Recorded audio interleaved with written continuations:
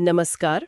आज हम संविधान के उस हिस्से में गहराई से उतरने वाले हैं जो ये बताता है कि दिल्ली में बैठी केंद्र सरकार आखिर चलती कैसे है। हाँ, मतलब जो पूरा सिस्टम है। बिल्कुल। हमारे पास जो दस्तावेज हैं वो अनुच्छेद 51 से 100 तक का एक निचोड़ है जो राष्ट्रपति से लेकर संसद तक सत्ता का पूरा नक्शा समझाते हैं। ये अनुच्छेद तय करते हैं कि देश के सबसे बड़े फैसले कैसे लिए जाते हैं, कौन लेता है और उनकी जवाबदेही कैसे तय होती है। तो शुरुआत करते हैं एक बहुत ही बड़े और ऊंचे विचार से, अनुच्छेद 51। हाँ, 51 के ठीक बाद आता है 51A, जो भारत के नागरिकों के मूल कर्तव्यों की बात करता है। अरे हाँ। यानी एक तरफ दुनिया से शांति का वादा और दूसरे तरफ अपने ही नागरिकों से कुछ उम्मीदें। ये संतुलन बहुत खूबसूरत है। और ये कर्तव्य सिर्फ देशभक्ति के नारे लगाने जैसे नहीं है। नहीं, बिल्कुल नहीं। इनमें तो वैज्ञानिक सोच को बढ़ावा देना, पर्यावरण की रक्षा करना और देश की मिलीजुली संस्कृति को सम्मान देना जैसी बातें शामिल हैं। लेकिन यहाँ एक सवाल उठता है मेरे मन में, अगर कोई इन कर्तव्यों को नहीं मानता तो क्या उसे कोई सजा हो सकती है? क्या ये कानूनी तौर पर बाध्यकारी है? ये एक बहुत जरूरी पॉइंट उठाया आपने। नहीं, ये कर्तव्य कानूनी रूप से लागू नहीं किए जा सकते। मतलब इनके लिए आप किसी को अदालत नहीं ले जा सकते। अच्छा। ये एक नैतिक और नागरिक जिम्मेदारियां हैं।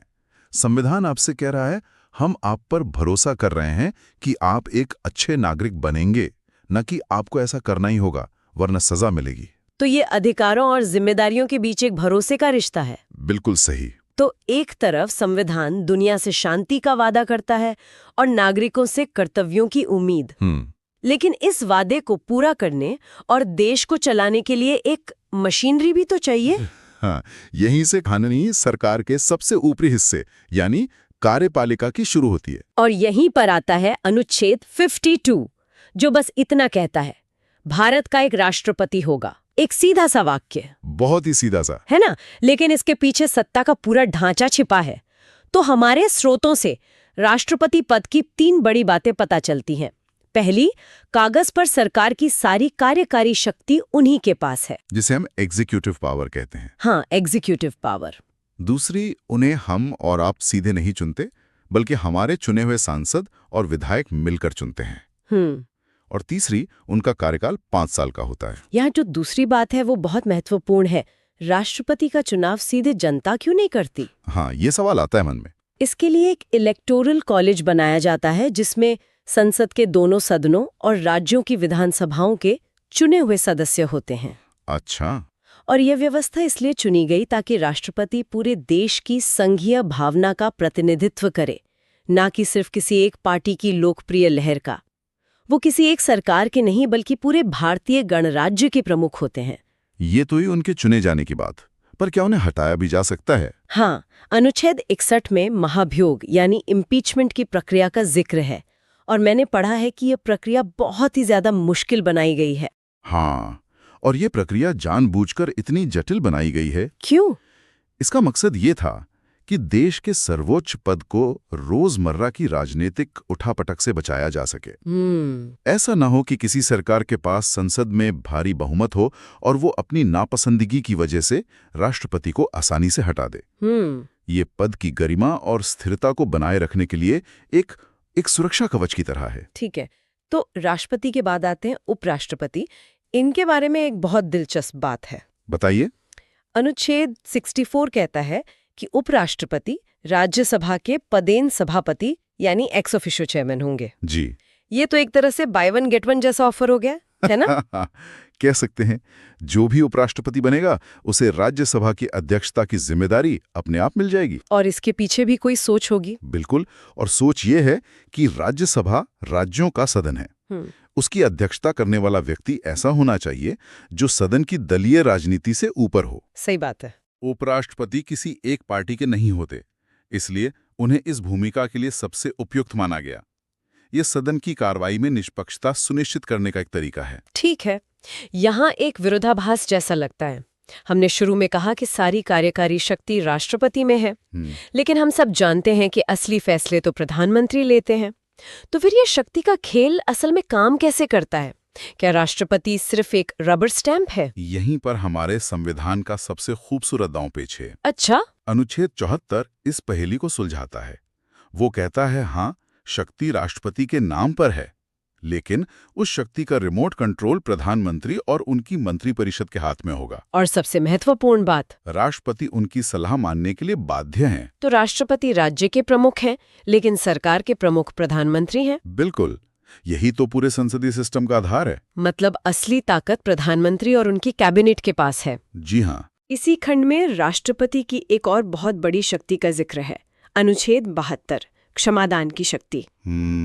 Power of pardon. हाँ, वो किसी की भी सजा, यहाँ तक कि मौत की सजा को भी माफ कर सकते हैं। ये तो एक तरह से न्यायपालिका के फैसले को पलटने जैसा हुआ।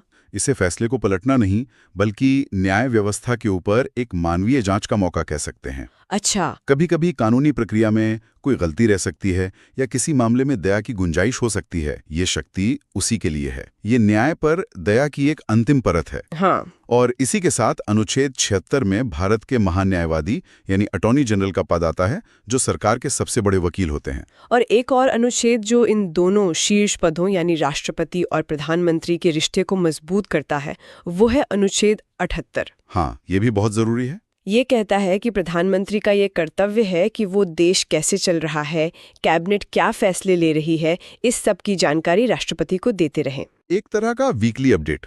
हाँ, बिल्कुल वैसा ही। ये सिर्फ एक औपचारिकता नहीं है, ये सुनिश्चित करता है कि राष्ट्र के संवैधानिक प्रमुख को अंधेरे में न रखा जाए। ये शासन में पारदर्शिता और जवाबदेही का एक संवैधानिक तंत्र है, जो दोनों कार्यालयों के बीच एक मजबूत पुल का काम करता है। तो हमने कार्यपालिका के काम करने का तरीका समझ लिया। राष्ट्रपति नाम मात्र के प्रमुख और प्रधानमंत्री वास्तविक प्रमुख। बिल्कुल।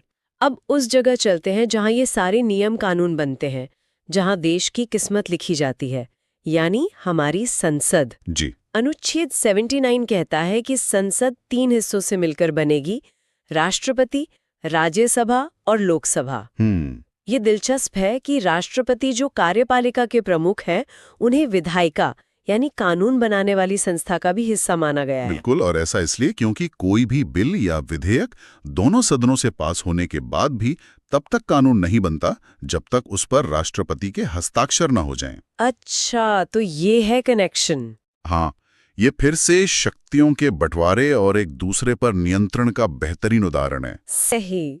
इसके बाद अनुच्छेद 80 और 81 हमें राज्यसभा और लोकसभा की बनावट के बारे में बताते हैं कि किस सदन में कितने सदस्य होंगे, वो कहाँ से आएंगे वगैरह। लेकिन सिर्फ बनावट ही नहीं, संसद चलती कैसे, ये भी तो जरूरी है। बिल्कुल।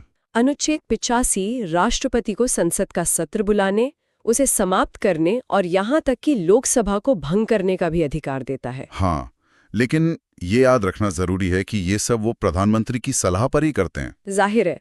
और जब ये सब सदस्य संसद में पहुंच जाते हैं, तो सदन को चलाने के लिए कोई तो चाहिए। जैसे क्लास में एक मॉनिटर होता है। हाँ, बिल्कुल वैसा ही। तो सदन में भी अधिकारी होते हैं। अनुच्छेद 89 राज्यसभा के लिए सभापति और उपसभापति का प्रावधान करता है। सभापति तो उपराष्ट्रपति ही हो गए। हाँ, वो तो है ही। और अनुच्छेद 93 लोकसभा के लिए अध्यक्ष यानी स्पीकर और उपाध्यक्ष का। ये स्पीकर और सभापति तो बहुत शक्तिशाली पद होते हैं, बहुत ज्यादा। सदन के अंदर वे एक तरह से रेफरी की भूमिका निभाते हैं। किस सदस्य को कब बोलना है, कौन सा प्रस्ताव स्वीकार होगा और सदन में व्यवस्था बनाए रखना, ये सब उन्हीं की जिम्मेदारी है। और ये जिम्मेदारी बहुत बड़ी है। सदन की निष्पक्षता और गरिमा इन्हीं के कंधों पर होती है। उन्हें अपनी पार्टी की राजनीति से ऊपर उठकर काम करना होता है। सही। इसके अलावा एक और छोटी लेकिन महत्वपूर्ण रस्म है। कौन सी? अनुच्छेद 99 के तहत हर सांसद को शपथ लेनी होती है। जब तक वो संविधान के प्रति निष्ठा की शपथ नहीं लेते, तब तक वे सदन की कार्यवाही में हिस्सा नहीं ले सकते। तो ये एक प्रतिज्ञा है कि उनका हर काम संविधान के दायरे में होगा। बिल्कुल। और फिर आता है अनुच्छेद 100, जो एक बहुत ही व्यवहारिक नियम की बात करता है। जी। इसमें 2 चीजें हैं, मतदान और कोरम। मतदान तो हम समझते हैं, लेकिन ये कोरम क्या बला है? कोरम का मतलब है किसी भी बैठक या कार्यवाही को करने के लिए जरूरी सदस्यों की न्यूनतम संख्या। न्यूनतम संख्या। हाँ। अनुच्छेद 100 के मुताबिक लोकसभा या राज्यसभा में कोई भी काम तब तक नहीं हो सकता जब तक सदन के कुल सदस्यों का कम से कम 10वां हिस्सा मौजूद ना हो। अच्छा, तो लोकसभा में ये संख्या करीब 55 सांसदों की हुई। बिल्कुल। तो इसका मतलब ये हुआ कि अगर किसी दिन संसद में 50 सांसद ही आए हैं, तो वे देश के लिए कोई कानून पास नहीं कर सकते। बिल्कुल नहीं। उस दिन कोई वोटिंग नहीं हो सकती। उन्हें वो कार्यवाही रोकनी पड़ेगी। हाँ, ये नियम इसलिए बनाया गया है ताकि कुछ गिने चुने लोग मिलकर देश के लिए बड़े बड़े फैसले न ले लें।